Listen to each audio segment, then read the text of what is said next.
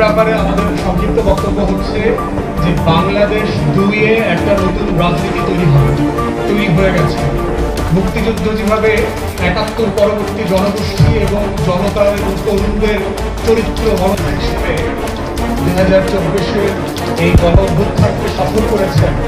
এখানে রাজনৈতিক কর্মীরা ছিল, ছাত্ররা ছিল, তরুণরা ছিল, শ্রমিকরা ছিল, কিন্তু আরো একটা বড় উপকরণ যারা মূলধারার গণমাধ্যমের পাশাপাশি আপনারা যারা অনলাইন সাংবাদিকতা করেন, বিভিন্ন প্ল্যাটফর্ম ছিলেন, আপনারাও কিন্তু 24-এর এক একটা নীল ধ্রুব তারা। আপনারা বাংলাদেশকে বদলে দিয়েছেন।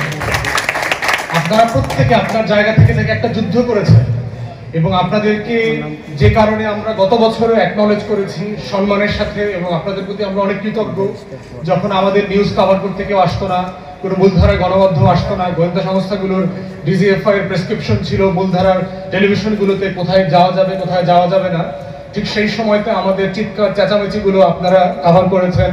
সামাজিক যোগাযোগের মাধ্যমে ইউটিউবে আপনারা ছড়িয়ে দিয়েছেন এবং আমাদের সাথে দেশের কোটি কোটি জনগণের যে যোগসূত্র তৈরি করেছেন, এটা ঐতিহাসিক।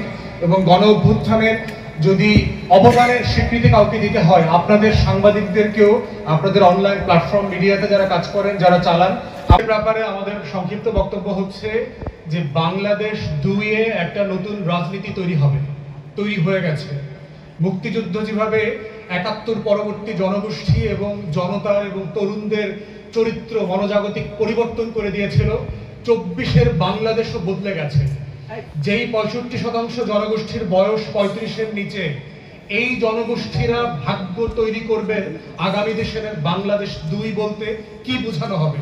দায় ও দরদের রাজনীতি মানেটা কি? বাংলাদেশে কি আমরা আবার গুমের রাজনীতিতে ফিরে যাব? আবার কি আয়না ঘরের রাজনীতিতে ফিরে যাব? আবার কি লুটপাট, অলিগার্কি, মানি লন্ডারিং এর রাজনীতিতে ফিরে যাব? আমরা কি আবার ইলেকশন ইঞ্জিনিয়ারিং দেখব? কে জিতবে কে হারবে বিভিন্ন জায়গা থেকে সিদ্ধান্ত নেওয়া হবে। কে কথা বলতে পারবে কে বলতে পারবে না, কোন কথা সঠিক, কোন কথা বলা যাবে এবং কোন কথা বলা যাবে না, সেই ধরনের একটা ফ্যাসিবাদে ফিরে যাব অথবা ফিরে যাব না, এটার একটা চ্যালেঞ্জিং টাইম এখন চলছে। এবং এটার অংশ হিসেবে আপনারা দেখতে পাচ্ছেন যে বাংলাদেশে যখন আমরা সংস্কারের আলাপ তুলছি, বাংলাদেশে যখন আমরা বাংলাদেশ 2-এর দায় ও দরদের আলাপ তুলছি, বাংলাদেশের প্রতিষ্ঠানগুলোকে জনগণের প্রতিষ্ঠান বানানোর লড়াই করছি, তখন আমাদের বিরুদ্ধে প্রোপাগান্ডা, বিভিন্ন ধরনের মিসনোমার এবং ডেমেনিয়ার ক্যাম্পেইন চলছে। এই জায়গাগুলোতে আমরা বোধ করছি যে বাংলাদেশ 2 করার আগে আপনারা যারা ঐতিহাসিক ভূমিকা পালন করেছেন, দয়া করে আপনারা রাজপথ থেকে চলে যাবেন না, আপনাদের লড়াই থেকে আপনারা চলে যাবেন না। আপনারাও এই দেশের নাগরিক, আপনারাও 24-এর যোদ্ধা, আপনারাও 24-এর আন্দোলনের অন্যতম অংশীজন। অতএব বাংলাদেশ 2 গড়বার যে চলমান লড়াই আছে, সেই লড়াইয়ে দায় ও দরদের রাজনীতি আমাদেরকে তৈরি করতে হবে।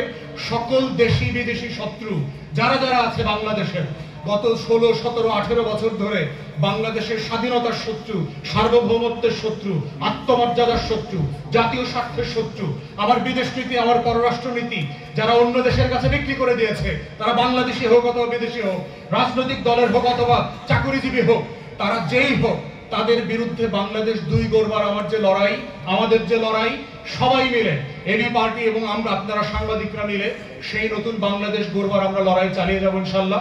সবাইকে অসংখ্য ধন্যবাদ।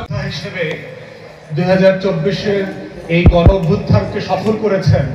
এখানে রাজনৈতিক কর্মীরা ছিল, ছাত্ররা ছিল, তরুণরা ছিল, শ্রমিকরা ছিল, কিন্তু আরো একটা বড় উপকরণ যারা মূলধারার গণমাধ্যমের পাশাপাশি আপনারা যারা অনলাইন সাংবাদিকতা করেন, বিভিন্ন প্ল্যাটফর্ম ছিলেন,